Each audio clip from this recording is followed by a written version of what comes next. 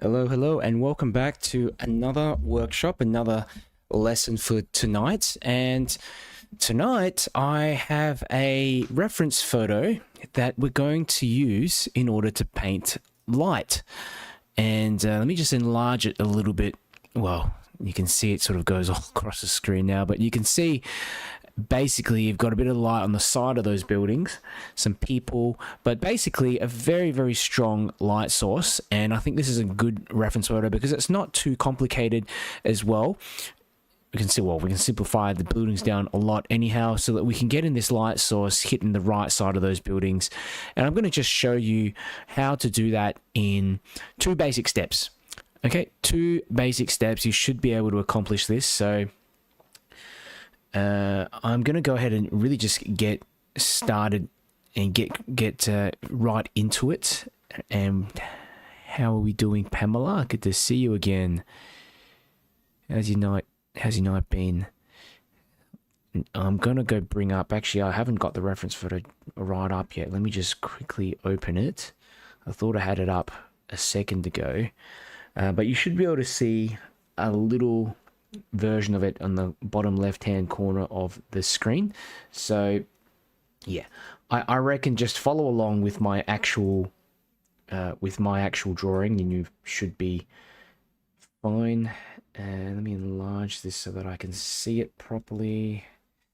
Alrighty then, let's get started.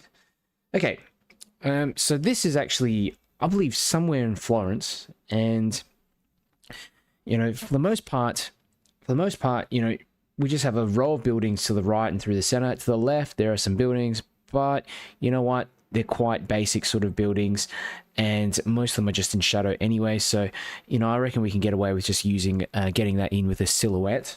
But the buildings to the right are going to be quite fun to do. And I'm using some hot press paper today, just like to swap over. And I had this aim, you know, sort of a few months ago to get into hot press paper and really challenge myself with hot press paper. Okay, so this area here at the back here is just the area underneath the buildings that I'm drawing in. Hey Angie, how you doing? Good to see you again. And you know, just that line there, it's a slither of light, just, you know, light/foreground there at the front. You know, I've actually made it about a quarter of the way through the page. And the reason why is because I just want to get more foreground so that I can see the legs of these figures better. Even if that means that some of these buildings are going to appear taller and we have less sort of sky in. Now, this is the side of this building here that's just sort of facing, you know, getting the most amount of sunlight on the front of it. Okay, right there. Bit of that building, the side of it, and let's go ahead, let's get in. There's actually quite a few different buildings here. I'm going to put them in very roughly so that I know that I've got enough space for the rest of them. Okay, all right, that will do. So we've got 1, 2, 3, 4, 5 buildings. Okay, so just put in the basic shapes of those buildings, just scribble them in like this. Basic outlines. Now we've got this one here to the left as well. There's actually let me just have a quick look. Will we have enough room to do all this? Yeah, you know what, I'm just going to leave that there. I probably should have put this building a little bit further back, because that bit of the light is actually, if you look at it very carefully, that bit of light is actually coming right through the center of the scene. I've gone a little bit more to the left, but I'm going to just go with it. Okay, there, another building here to the left. Okay, it's just a box. Look at it as a box. And we've got this other one here also, kind of like another boxy sort of building behind. And they get a little bit smaller, a little bit shorter as you go into the distance, as you can see, like that. There's even another one all the way back here. I didn't even notice that one before, but that's a building there, and all kinds of stuff here. There is this, like, I think this is like a church or something maybe here. Let me just get that in, the front of it there. That's going to have some rooftop as well. I've actually, you know, with this, I think it's a bacilla or something like that. But yeah, I've cut off a lot of it. Okay, but just a bit of detail there, because I think anyhow I really am going to just make it into a simple silhouette. Okay, but you know, something that goes out of the scene to the left. As you can see, very loose line work. Yeah, I've reduced that wall down a touch as well. Okay, now time to get in some of these other buildings and like the rooftops and things here. That's like going to be a little indication of the rooftop. What else do we have here? Yeah, we've got a bit of a rooftop there as well. Here you've got another rooftop. Check that out. It's just a line running across the top of the roof like that. Oops, like this maybe. There's even some bits and pieces on top of the roof, like chimneys and stuff like that. This one gets a little bit more complicated. You've kind of got this, you know, what you call it, top part of the roof there. Okay, and remember, they're all just composed of rectangles and different shapes. Rectangles, triangles. Yeah, that's a rectangle there. Good. Get this side of this building in. Right. There we go. Oh, actually. Like that, maybe. Yep. There. Rooftop there. That. Another kind of bit of yellowy bit of the top of that building like that. There. I am just really, if you look at it, simplifying all these shapes down. I don't care what exactly is in there. Just looking at the shapes. I'm drawing the shapes. That's the most important thing. Hey Glyn, how you doing? Good morning to you. And whoever else is here, leave a message in the chats. Would like to see who's watching again. We've got the regulars here. You guys are doing really well. A few days now in a row, especially if you're painting along too. Foolish Wine, how you doing?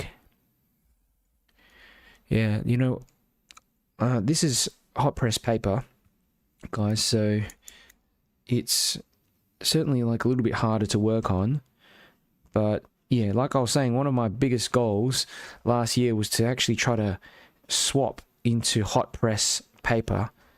And don't ask me why. Don't ask me why, but you know, when you get a painting done in hot press and it works out well, you have really maximum vibrancy and sharpness, clarity. And I know a lot of watercolorists avoid it, especially if you're a beginner. I wouldn't recommend it to you at all. But it's just something I'm doing. So if I were you, if you're painting along, do use some paper that has some texture in it. Now, we've got some people here. Look, all I'm doing is just putting a little silhouette of these people, okay? And, you know, there's a lady here in the front as well. And because I've raised the horizon line, you can see that I now have more room to put in the figures and the legs of the figures as well. So they don't just disappear. They don't just disappear out of the scene. You know, we've got a bit of, can see a bit more of where these people are walking. Okay, but at the same time, you know, look, there's like a guy on a bike here. I like this guy here on a bike that we might be able to just, why not just put that in? Actually, I do like that. He's close to the front of the scene. You can see his arms, forearms like this, you know, hands around these like handlebars. Put some fingers in there. And you can see, let's put this, there we go. It's a bike. It's a basic bike, yeah? Looks like he's riding a bike. and you can't really see what's going on. He's just somewhere in the front. You've got some shoulder straps there for the bag that his backpack. Okay, I might come to regret that a bit later, but for the time being, I don't mind it. You know, here's someone maybe just walking in to the back as well. These figures, there's so many of them. There's multiple figures all over the place, and you can get kind of lost in what is going on. But always remember to keep it simple. Keep the figures simple, and you can always add more details in for them later. Okay, is it someone maybe just hunched over walking in the background? You know, this is also going to be where the light is coming through. Let me just draw that light first. It's probably going to be, yeah, there's actually some steps here. I've missed them out. I've actually completely missed out these steps here. That, maybe. You can barely see what they are, but because we've got figures and people just walking around in the foreground that are kind of covering, obscuring those steps. And you know what? There's a car here. You know, the things that you see that, you know, when you actually look a bit closer to the reference and you realize, yeah, there's actually more stuff in there than I initially thought. You know, that car. Why not put a car in there? I didn't anticipate to put a car in, but, you know, I actually like, as you know, I love doing cars in all my scenes. Another kind of umbrella, or like, you know, these little shades that you get on the front of the shops. This can help to indicate some light and perhaps some darkness beneath those buildings there in the background as well. You know, that's going to create a bit of a contrast with the light. All this stuff here is pretty much in the dark, so we don't need to worry too much about that. It's just more kind of over there.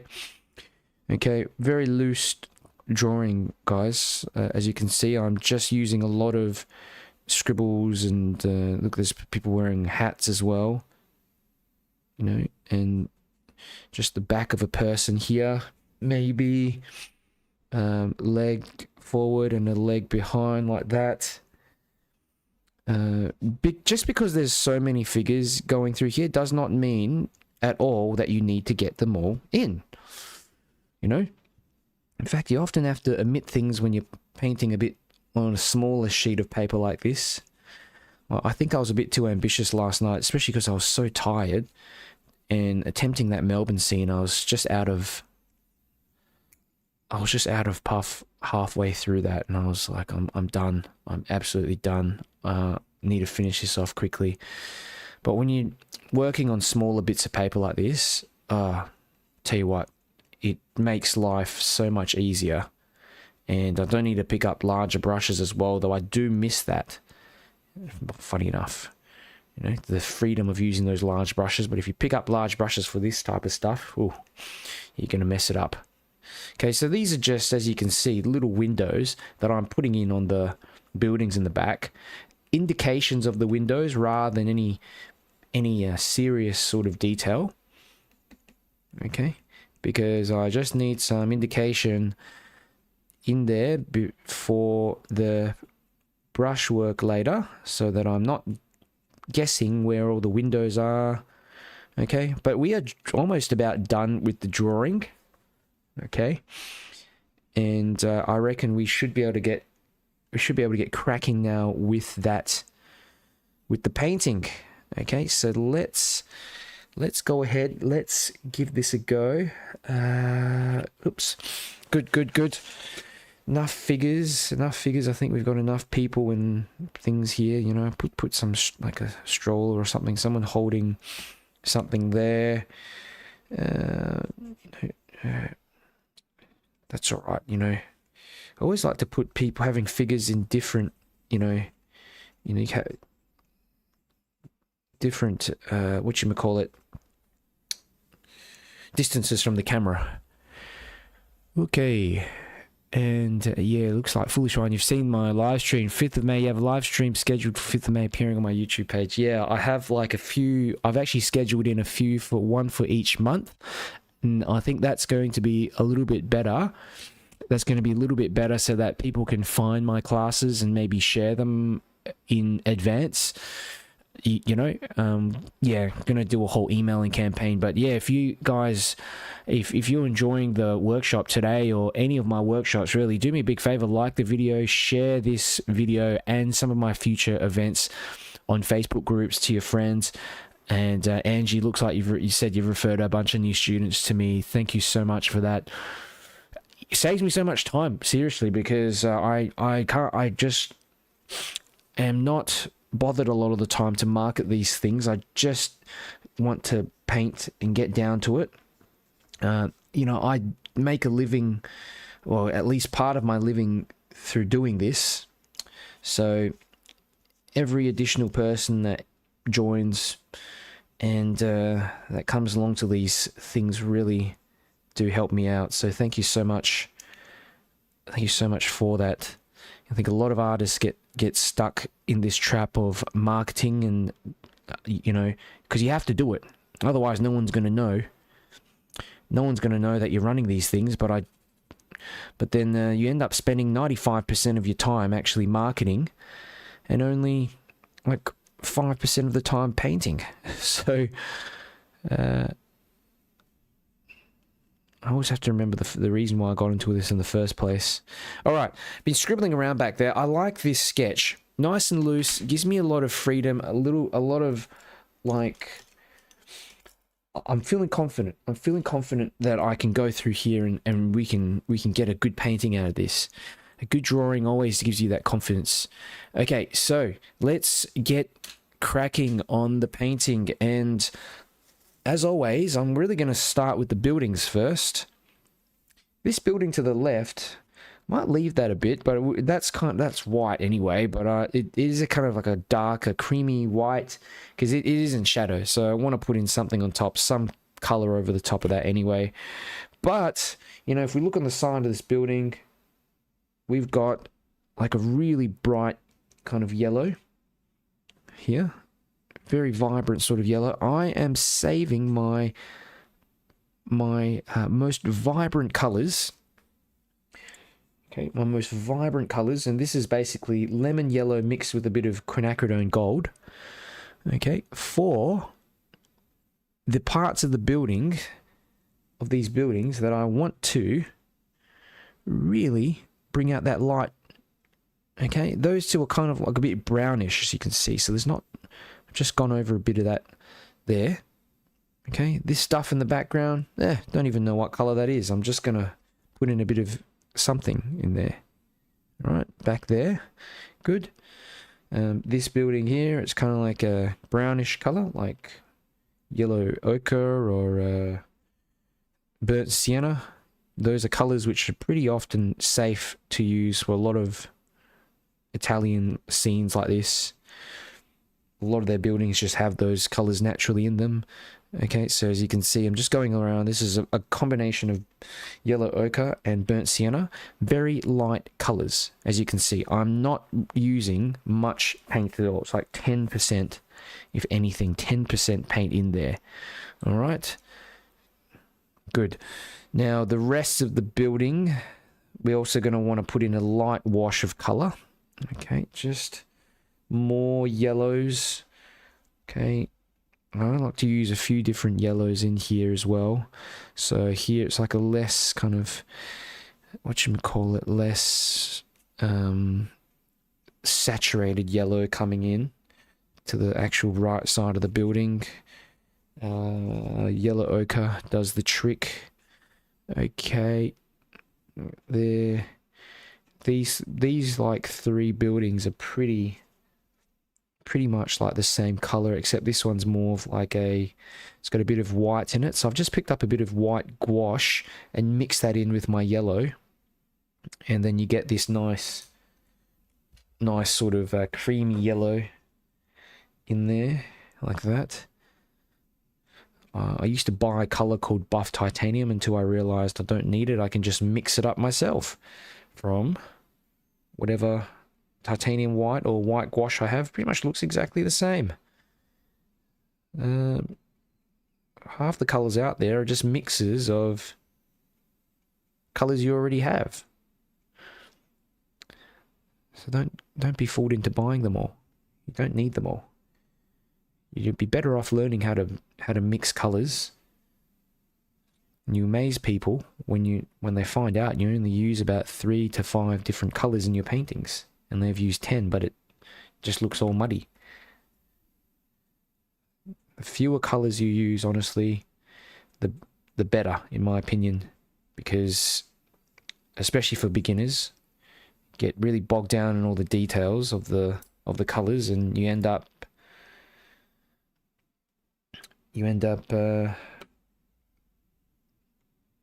creating imbalances. Okay, top of that building, there's a little bit of something there, a little bit of color there.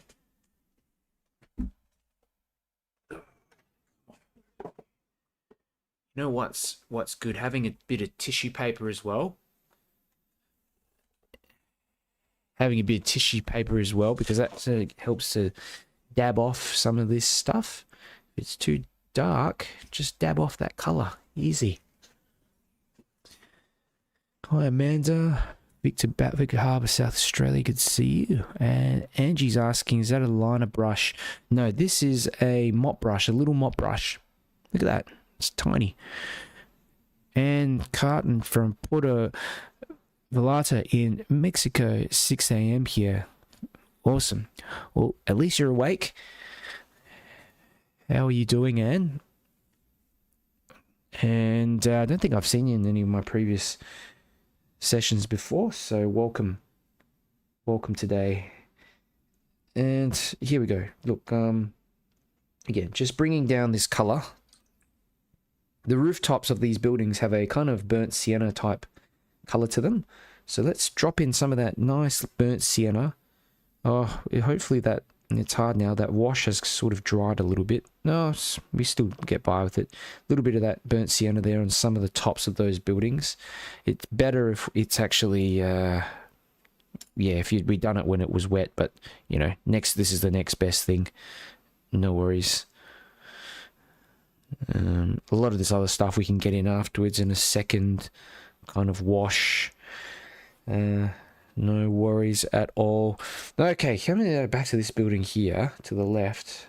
I'm going to put in a bit of white gouache in this building, mixed with some yellow, and this way we get the impression of this building.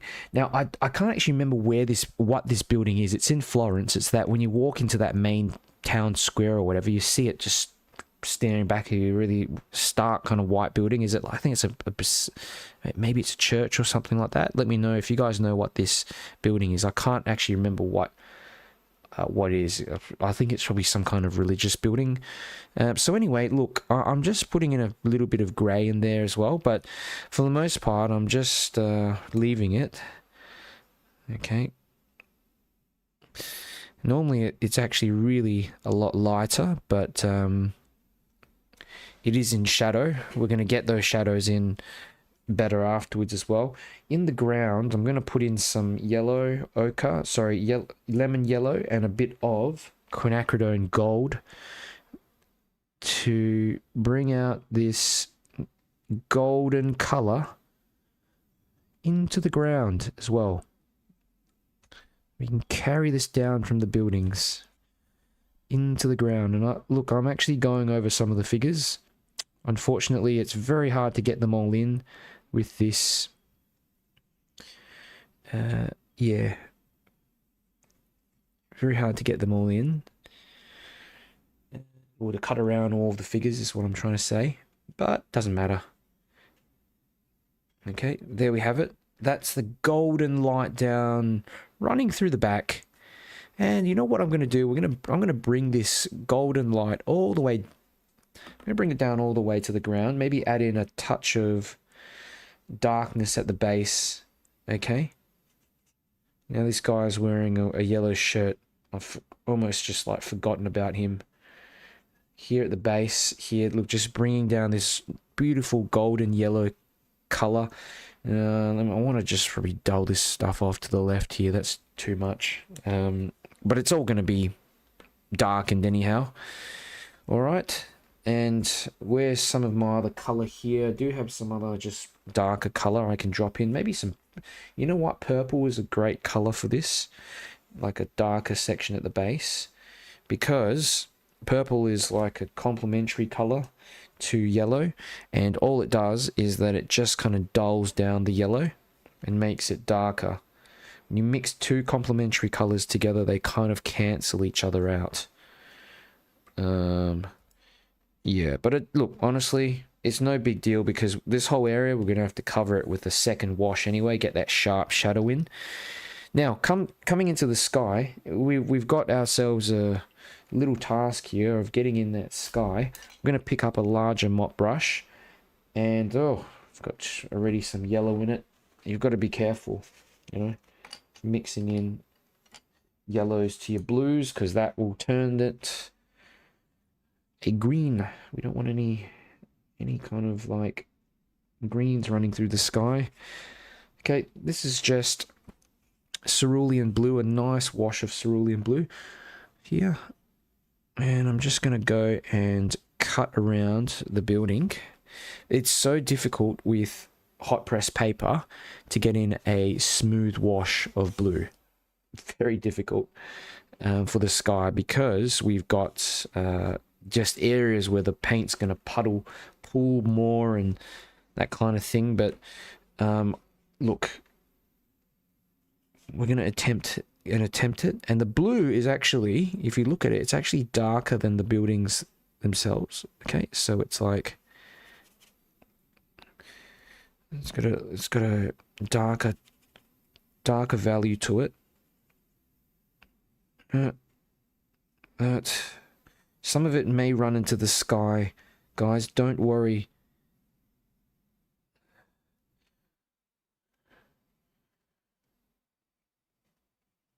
Okay, I'm just trying to like get it to run down a little bit more, as you can see, by tilting the paper slightly.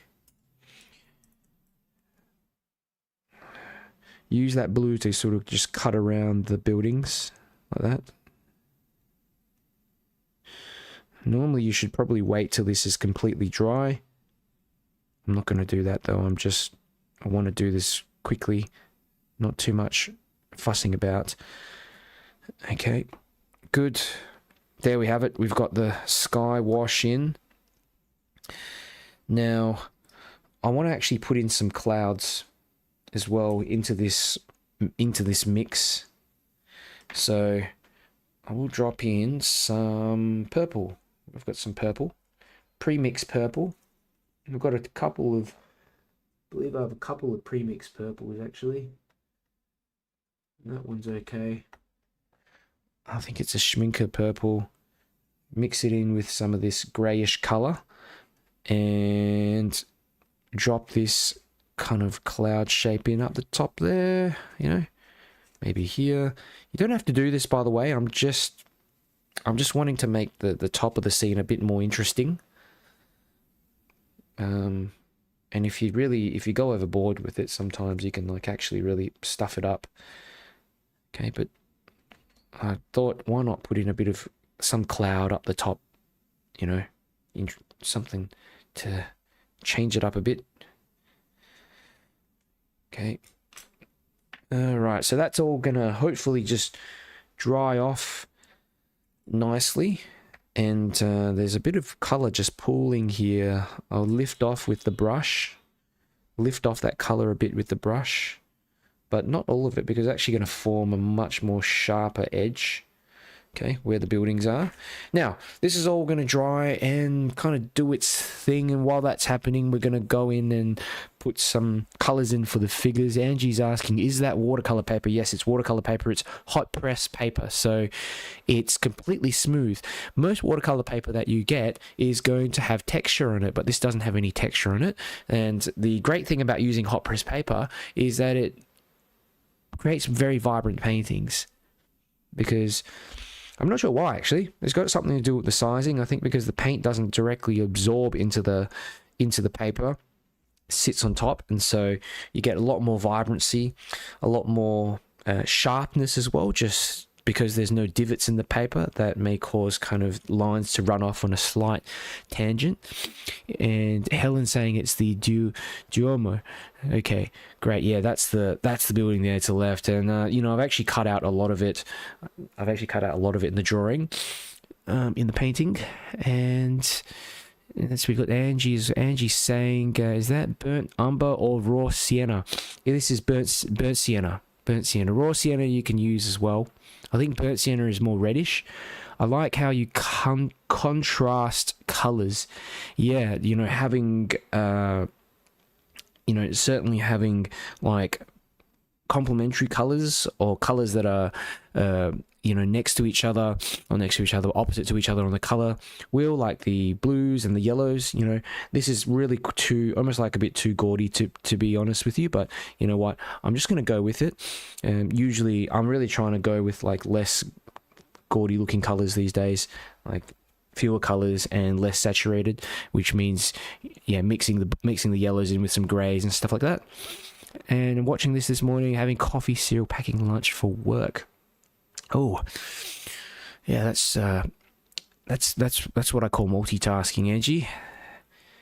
All right. So some colors on the figures. Here is some bit of purple or something on this one. I'm actually going to put in a bit of skin tones, a bit of red, bit of yellow. Mix that together. You can also add in a little bit of brown as well. You know, those three values I can usually just mix up most skin tones with that. Okay, for simplicity's sake, I'm gonna make them all pretty much the same. Okay, but I should probably vary them because it actually looks better. You know, otherwise they're gonna look like the same people. There we go. Some of them have arms. Here we go. Look, this guy here in the front. He's got an arm in. Go put his head in. There we go. His head there. Arms like that. Yeah, there. Okay. Can put in a bit of shadow in some parts, like here maybe. Yeah. Bit of darker color. Just drop some of that in. You know, the shadows and stuff that you get on skin is so subtle. In fact, I'm actually gonna. I was thinking of doing some kind of portraiture workshop soon. Might do it after May. Okay. All right. Now, I like his yellowy shirt, but I'm gonna have to darken this one, unfortunately, because he's in the dark. He's not gonna have such a vibrant shirt in the dark here. All right. I don't even know if he looks like he's on the bike anymore. Maybe once we put in some of that detail down the base, it will start looking more like that. Good. Just, you know, as you can see, a little bit of color for the figures. The shirts, more blues. I think some purples and blues will be good because we have so many yellows in here. It's gonna just look too warm. Okay, cool colors, simple stuff like that. Okay, and now we have to decide on the shadow. Okay, and because I'm using hot press paper, this stuff dries so quickly. I can pretty much go straight in, get that shadow in. So let's just do this. I'm going to mix myself up some purplish color, bit of blue, bit of ultramarine blue, bit of perylene red, bit of lemon yellow. Just pick it up from the corner so I don't just stuff it up and mix too many other colors in there. Bit more blue in there, bit more yellow. Just getting this nice kind of mix to come together. Okay, that's kind of a purplish sort of mix. I like that. Maybe some neutral tint dropped in there. A bit more brown, more blue. Okay, it needs to just be touched darker. Just mixing up a kind of purplish, a dark purplish sort of color. Okay, a bit of neutral tint in there. There we go. It's got a bit of darker color. All right, and it's about 50% paint, 50% water. I'm going to just start, let's just go into this one first, okay? Side of this building, and I'm using this little mop brush to do a lot of this work. Okay, got a bit of that rooftop there with the light coming off the rooftop. And this one here, exaggerated a bit more. There we have it. And look how I'm just leaving the side of the building there, which the light source is coming in basically from the left. Okay. Same little mop brush. I reckon I should be able to get in most of the details with this and a small round brush. Okay. The umbrella here in the foreground, we need to cut around that as well. It's just simplifying this shadow shape. Yeah, this is really the second step where everything is dried and all you're doing is just adding on this large shadow shape that runs all the way to this right hand side of the scene with all these, you know, buildings and what have you. You know, it all just blends together at the end of the day, doesn't it? Okay, check that out. Even the top of this building here, there's like a little, see, just a little bit of darkness there. I can just blend that, add that on like this. Oh, so difficult to get that detail in here. This stuff on the roof, jeez. That was tricky. What else do we have here? Bit of darkness here. There.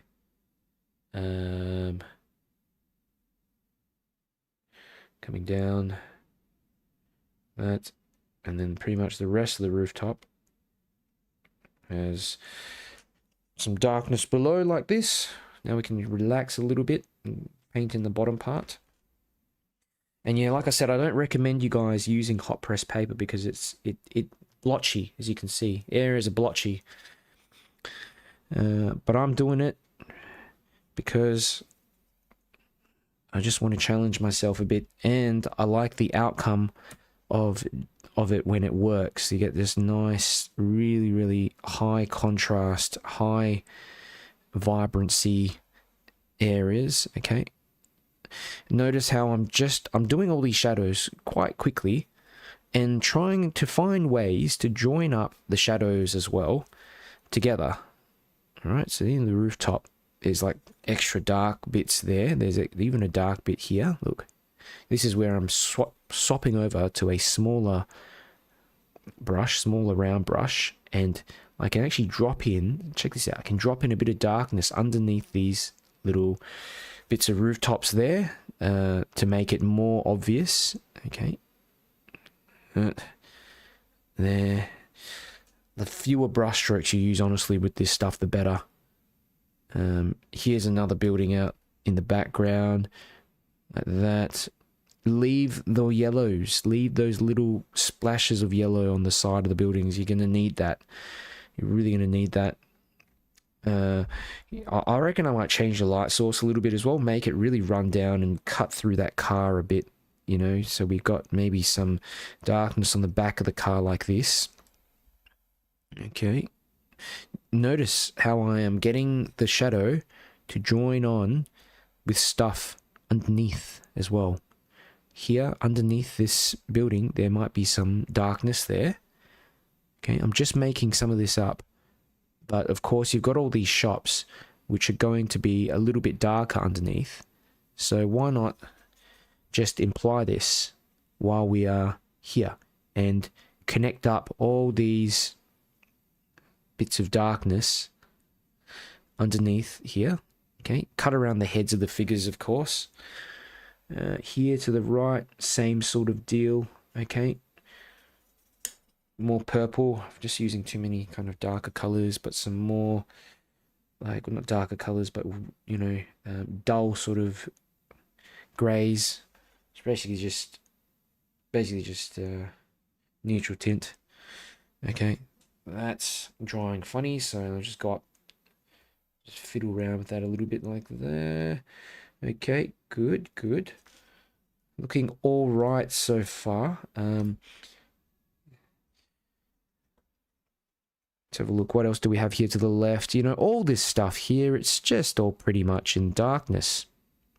You know, that building, what's that? What is going on here? What did I do here? It's sort of like the side of a building, I guess, like that. Behind that building, there's a bit of something, and yeah, another building there. I'll just put a little separation here for fun. It's really like a tree. You can see that, like the tree running out through the center of that building. There, and all the buildings out the back here, there's no light on them. They're just pretty much darker grayish color. Okay, so let's get that in. A little bit of darker gray off in the background. And of course you can use, you know, other types of colors as well, other kinds of grays. Now, one thing I've noticed that's quite interesting is the light is actually reflecting off. Can you see it's reflecting off that building and creating a little bit of light on the side of this church or whatever you want to call it. Yeah, this building here. So I am trying my best to imply some of that, and also you get a bit of incidental light just hitting the top of that church or whatever. So this building here. So you can see I'm just trying to maybe darken behind it, like here, for example, but leaving the top of the roof and the sides a little bit lighter. All right, you can cut around these figures as well. And here we got this building, the issue of this building here to the left. I'm not so sure what to do with it. There's a lot of detail in here. I'm just going to imply some stuff, you know, like an archway or something like that there. You know, you can spend all day doing this, but I really just want to simplify it down, and perhaps near the base I'll darken a touch here. And this is in order to create, again, additional contrast around these around these figures. Okay, like that. Bring that down. All right, fantastic. Now here comes the tough part, and that's getting this large shadow shape just running across. I reckon we'll just use this same color, this same kind of purplish color, purple grayish color. Okay, here so got these steps. I'm going to think about how I'm going to do this actually, because yeah, actually the steps, the color on these steps, like the sunlight on the steps is actually quite complicated. There's a few things going on, but for the sake of simplicity, I'm just going to do this sort of thing. Okay. A bit of darkness underneath the car itself there. Look at that. Just with a few brush strokes, we've managed to get in that car. All right. Now, the light source may be coming across like here. Yeah, let's do this. Yeah. Maybe I reckon that will look better. Or it will not look better, but like it will look more like just have some more light running through the scene. Okay, this is going to be tricky because this car, I'm going to have to just bring down the darkness around the car and hope that it still kind of looks like one afterwards.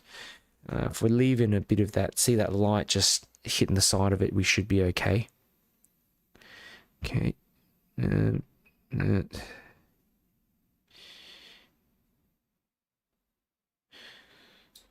Yeah, it's all just one color.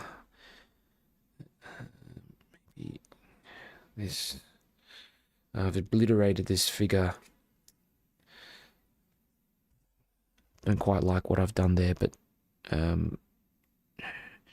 probably should have just left the figure to have a bit more light on it. Even though it's in complete darkness, just to create a bit of extra contrast. Okay, here we go. But look, this whole area down the front of the scene is what we want to draw more attention to in terms of darkness. so that we can really create a strong sort of shadow here in the foreground. Is that a person? I think that's a person that I put in there. I can really see them now. All right. Leave the tops of the figures like that, so then you don't kind of lose track of where they are. Move this across. Move this darker color across. Okay. Now we've got a lot of darkness in the ground. This shadow running across like that, of course. And I'm going to straighten up this shadow a bit more, perhaps. Let me just have a quick look at the scene. Maybe like this. Yeah, that's going to look better. Good. I will make sure it's completely straight, that shadow running across. And I'm going to check how we're doing over in the chats. There's a bunch of you following along here today. I'm going to go pick up a small flat brush. And what we're going to do is grab some darker colors. Neutral tint. Basically just neutral tint. For this bit really. I think I can go into this, like, kind of these buildings in the back. You see these like little like windows. I can just drop in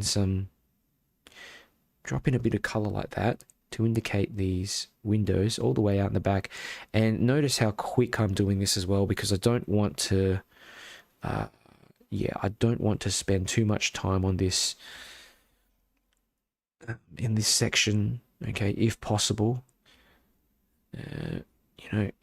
Do get some sharper sort of windows here on the sides of the buildings. Just 1, 2, 3. Put in a few little brush strokes in there to indicate the windows, and just move on.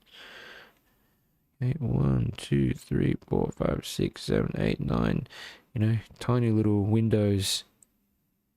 And if you have some areas that are still kind of wet on the building as well, that's a bonus, because that is going to give you some different kind of, some softer kind of window shapes in those buildings. In fact, I find that actually looks better at times. The extra darkness on top of these sections of the building as well, like you see it. Just touch and go in areas that you want to indicate some extra darkness here and there. You got this window, this sort of side window of this building in the background. Simplify that. What else do we have here? There's little windows and stuff out in the back. No big deal. Too dark back there. 1, 2, 3. Put in a few more of these windows. Okay. A little rigger brush would actually be pretty good for these as well, if you don't want to use a larger brush. Often when you're starting out, it's difficult. You're trying to get the control, a bit more control here, and it can be tricky to do what I'm doing.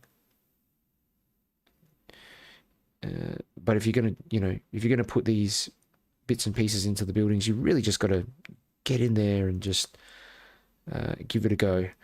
Now here's a smaller rigger brush, kind of what I was talking about before. So you can actually pick up this rigger brush and get in these lines with a bit more accuracy, because that brush is so small. Look at that tiny little brush. Just line areas that you think might help to sort of create some contrast between the light and dark. There could be like a separation between some of these buildings as well that you want to indicate like this. Okay, but not overly accentuate that. So tiny little separations in the buildings do well. Okay. Good. Now coming to the figures in the foreground, I'm going to just pretty much pick up some darker paint. The legs, let's just drop in the legs of some of these figures here and here. And I want to get some of these to just blend in, hopefully, to the shadow below. Okay, this is a really simplified sort of simplified version. Yeah. Just a couple of strokes like this. 1, 2. That should give you enough indication. These figures, people here in the background, you know. Not only that, these people are also going to cast a bit of a shadow to the right of the scene like that. Can you see? Just a little bit of a shadow. Again, just matching the shadow patterns here in the foreground. Even on the ones here walking around, there might be a little bit of shadow running to the right of them, you know. Oops, something like that, you know. There we have it. Another figure here, yellow shirt perhaps. There I had a figure walking into the scene, maybe like this.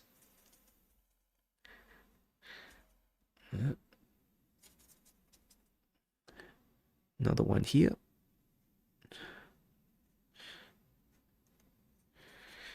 Couple of figures here. 1, 2 legs, 2 legs there. I'm pretty sure I had a figure here as well, but I've kind of lost track of where it is, where that person is. Maybe there. Okay. Bit of like tiny bit of shadow pattern. Oh, this car, of course, just a bit of extra darkness around the base and maybe the wheels there. Tiny bit of detail for the windscreen, like where it finishes off there. Little details like this do help significantly. Even just a little, just a tiny line can bring it out. Okay.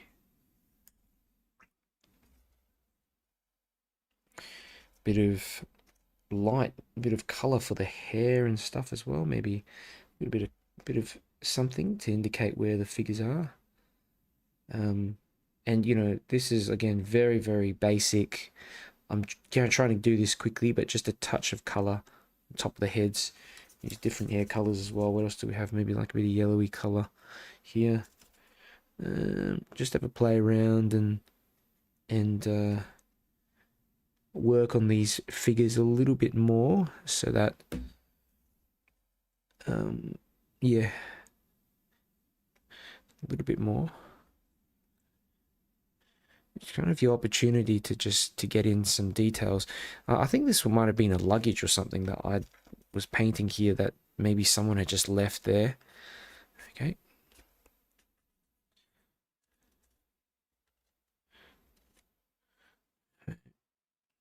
Good.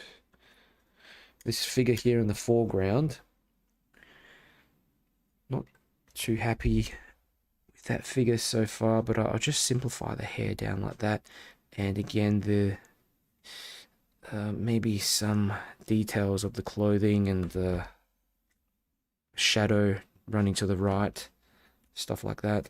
In the front, the rigger brush is really going to be helpful here, just picking up some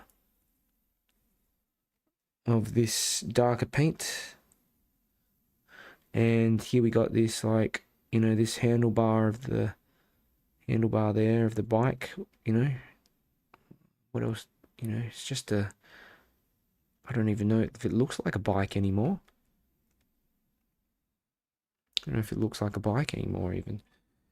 Or even a person. It's difficult. It's so dark in this section, but a little bit of detailing may help to bring out some more of this figure here in the darkness. A bit of, you know, the bag strap as well here. That's going to help, actually. This bag strap to the rescue, like that. Okay. Looks like a bit more like a person. Maybe he's wearing some sunglasses or whatever, like that. Mouth.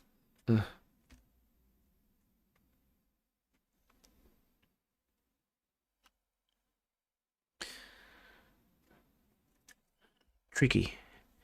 Very tricky to do. Darkness on the right hand side of his arm. Whoa.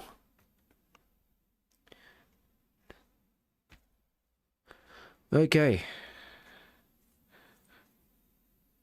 Now, what else do we have in here, guys? This umbrella. This umbrella. Is it too much going on in there? Is it too light?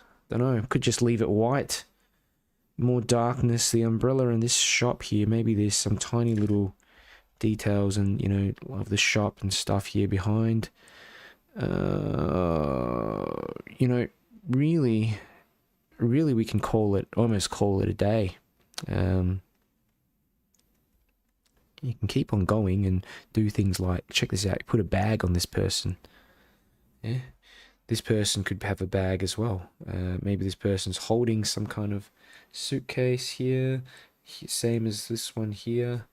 You know, you're just doing these little bits and pieces to make the figures look more interesting. And, you know, I also pick up some gouache, mix it in with some other colors like cerulean blue and white gouache. It creates a really, really cool looking blue. And you can put a bit here for this guy. Check that out. You know, he looks like he's wearing like a business shirt or something. Maybe these two people here, they could be, you know, just put him and make him wear that sort of shirt. And then I'm going to put in some, like a black kind of suit around him, maybe. Look at that. Just a bit of that cerulean blue.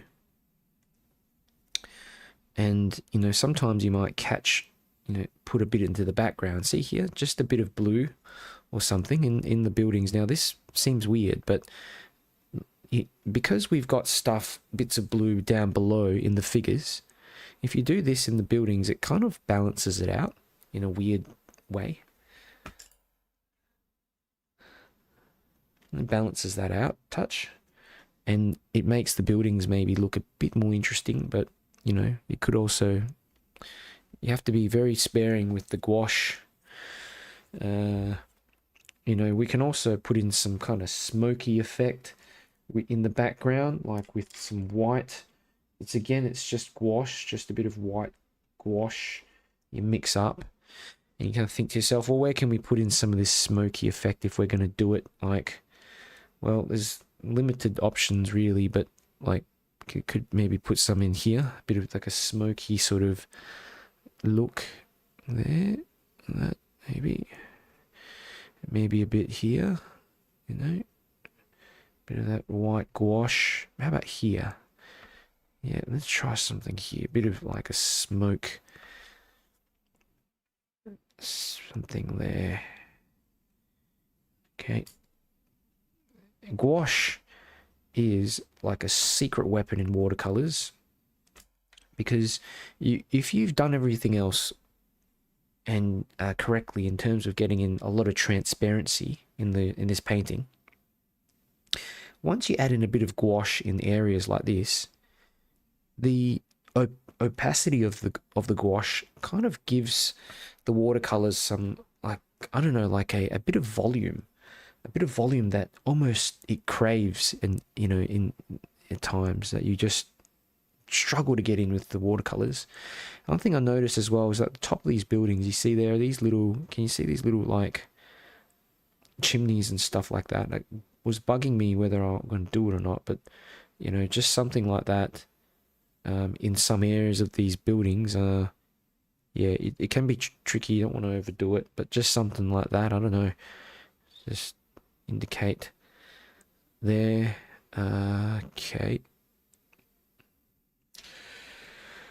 Okay, so kind of what I was talking about before, the black, getting some of this black for the figures in the suit here, maybe like darker suits. Why not I'm just going to try it out. Let's just see what we can do.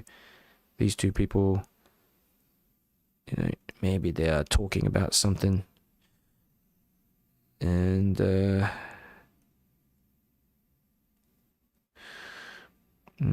looks okay.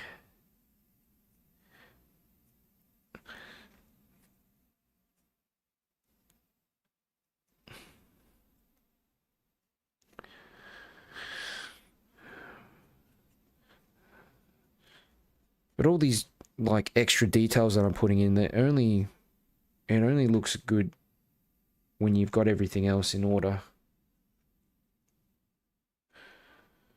Okay. All right. I'm gonna pick up some white gouache, bit of white gouache, and bit of white gouache here.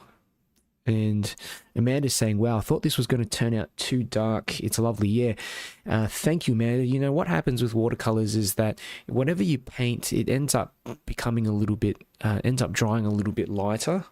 So I think with this one, it's worked out quite okay, but I probably would have gone less with that yellow and tried to just dull down that yellow a bit more next time around, because it does look a bit, you know, a bit gaudy.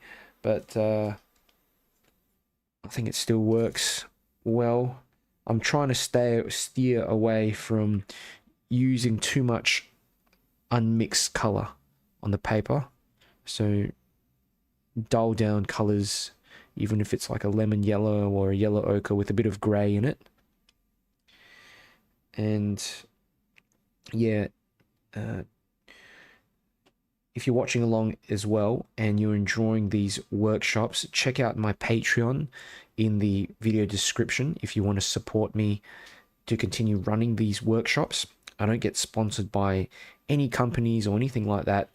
You know, it's all just, you know, from the courses that I sell and the support that I get from you guys on Patreon. So do consider signing up for my Patreon if you've been getting some value out of my workshops. The lowest tier is only $2, so it won't cost you much at all, and really goes a great way, a great deal to help me out to you know, get all these supplies and stuff so I can run it, and yeah, just make this a reality for me. Oh, so this is just a bit of white gouache, tiny bit of white gouache that I've picked up.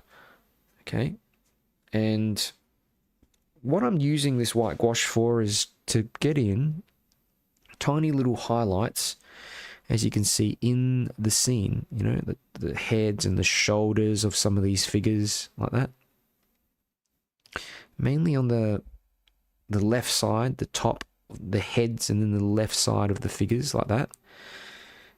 You can also do this to the car to get in a bit of light hitting the side of that car like this. Some of these figures here, you're not going to get much light in them, but a touch of that will be fine. You know, I don't know what that is. It was meant to be a suitcase, but I kind of lost track of what I was doing back there. You know, that was another figure I'd painted in before.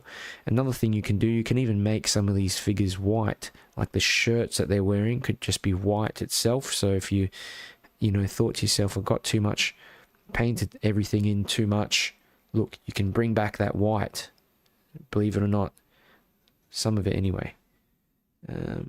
Sure, what we got here? Maybe this, you know, again, more bit of gouache on their heads. What am I doing? This is a figure here, but it kind of just looked a bit funny. I've done the hair too much on some of them. No problem. There's that guy with the sunglasses out in the front. A little bit of light just catching onto his arm, his t-shirt, and the shoulder. Maybe part of the handlebar and the bell of the bike here. Okay. It's a subtle move, but I'll tell you what. Any little thing that might help to imply that there's a person there out the front on a bike helps. Okay, look at that. Starting to come out. You just have to be sparing with it. Kind of like touch and go in areas. You know, this umbrella, I'm just going to get rid of some of these like pencil marks on it as well. And the gouache has kind of changed to a bit more of a pinkish, subdued white color. So I'm dropping that in for the umbrella. Here's a cool little thing you can do as well. You can put in other umbrellas, look, like that. Something out the back there. Tiny bits of detail that you perhaps forgot about. in the distance. Okay, a bit here on top of the buildings. How about touch of gouache in some areas of the buildings as well. Look at that, just a little bit in some parts. But yeah, look, I tend to overdo this sometimes if I'm not careful, and it just, you don't want it to turn into a big gouache painting. But I don't know, I really like the combination of using gouache and watercolor, transparent watercolor and opaque gouache, if I'm to be more accurate, together. I don't know, it just creates quite an interesting looking scene, where you've got both elements of transparency as well as a bit of opacity running through the scene. Okay, so I reckon that's pretty much it.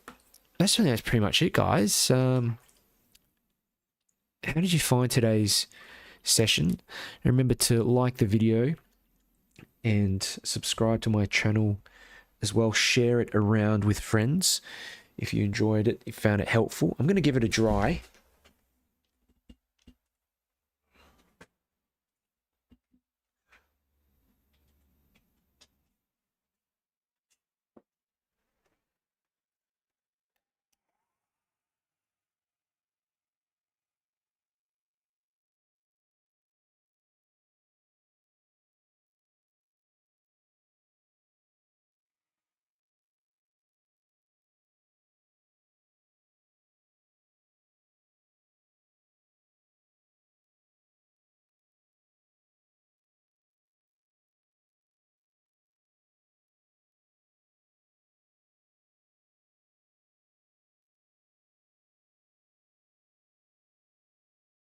Okay, all dried off now. I missed some of your comments, Amanda.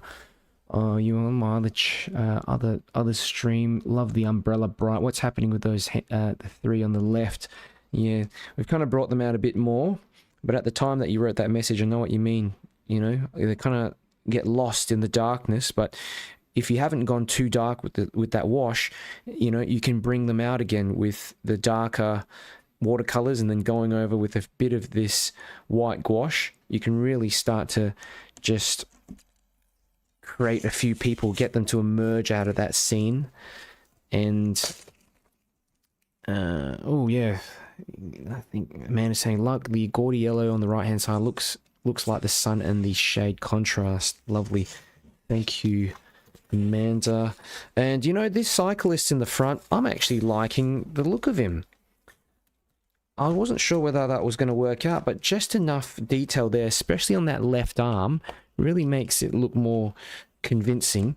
Even the sunglasses, looks like he's sort of looking to the left kind of thing there. But a really nice, bright, fun looking scene. Lots of sharp brush strokes, as you can see here. Lots of sharpness, and that's in part due to the way that I paint, and also the hot press paper that I'm using as well. So thank you Pamela. Looks like you enjoyed this one, and Angie as well. Cheers, Angie. How did you guys go? Did any of you paint along this time? And if you're watching along later as well, if you have questions, any questions afterwards, let me know. But if you do have some questions now, I'm gonna hang around and just answer them while you are here. And, Glenn's got a good comment here. Glenn says, nice. It's always amazes me how it comes together at the end of the painting. It amazes me too. And, part of the way through some of these paintings, I'm just freaking out a little bit, thinking, is this going to work out? I don't know sometimes, but the trick is to persist in it, because the shadows, when you haven't put the shadows in and you haven't put any of these figures and the details of these figures in the foreground, it kind of looks like nothing. And it's almost like you've tempted to just throw the brush away and just give up, but your mind can't really recognize the scene as a whole until you have, for once, like the light values, the darker values, mid values, and then the really dark values. So those 3 different values, even if you've just got a light value and a dark value, once you've got those 2 in, it starts to make sense in your mind. But I think that's the hardest clicking point when you're learning watercolors, to get to that stage where you can make that connection in your mind, you know, how dark you need to go for the buildings, and the big shadow as well, and just connect it up while leaving the light. And once you can do that and use that strategy, everything you paint starts turning out okay, or even good. Angie says, I like it, enjoy watching, awesome.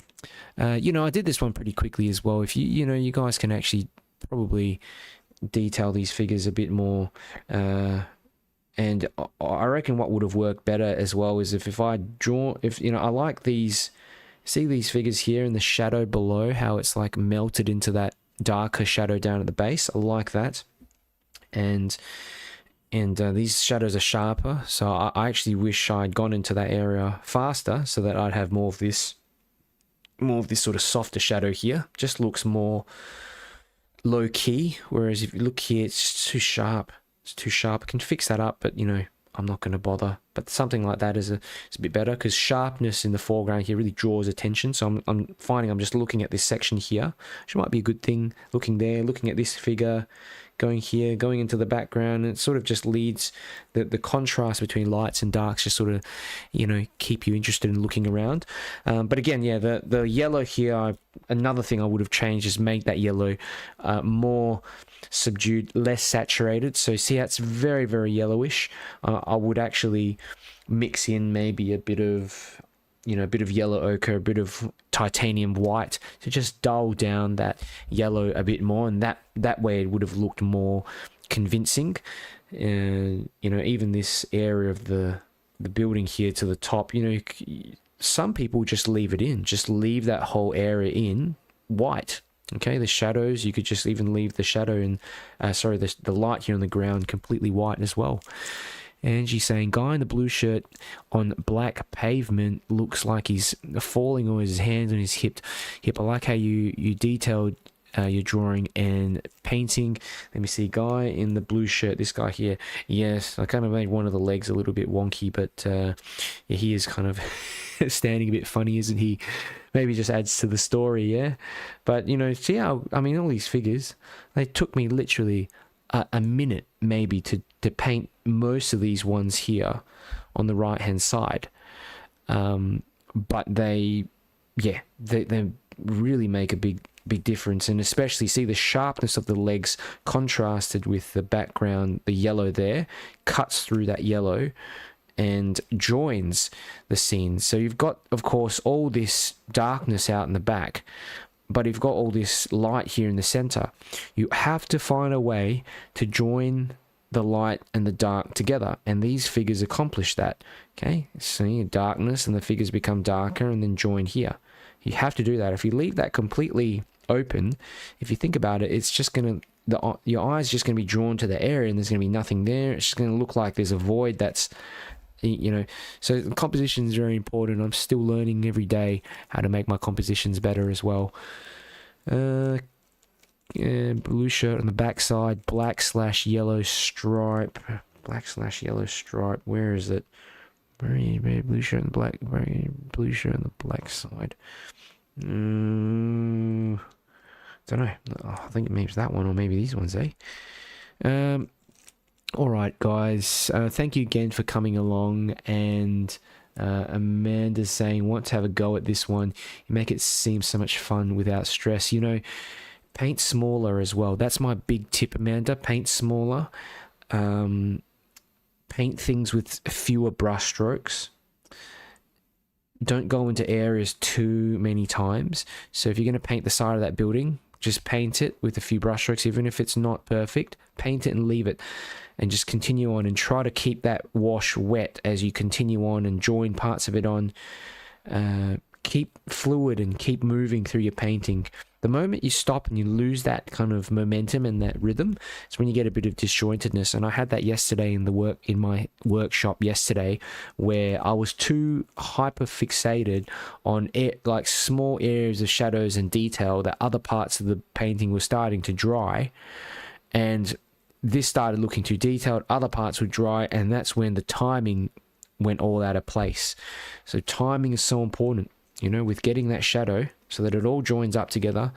The paper has to be wet, so you have to have a bit of, you know, a sense of urgency in a way, so that it all looks smooth and blends nicely together. So that's pretty much it, guys. I mean, I've got like I said in the description, do consider signing up for my Patreon. I have a $2 tier, which gives you access to all the full-size reference photos that I draw and paint from. Some of them are taken by myself, like this one here.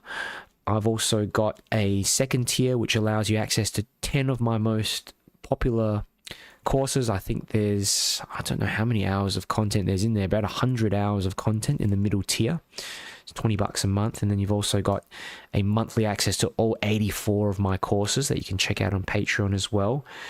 And that's going to keep you busy for a very long time. There's like 1,000 videos in there, lots of great content, especially if you're looking for more in-depth explanations on things like value, painting shadows.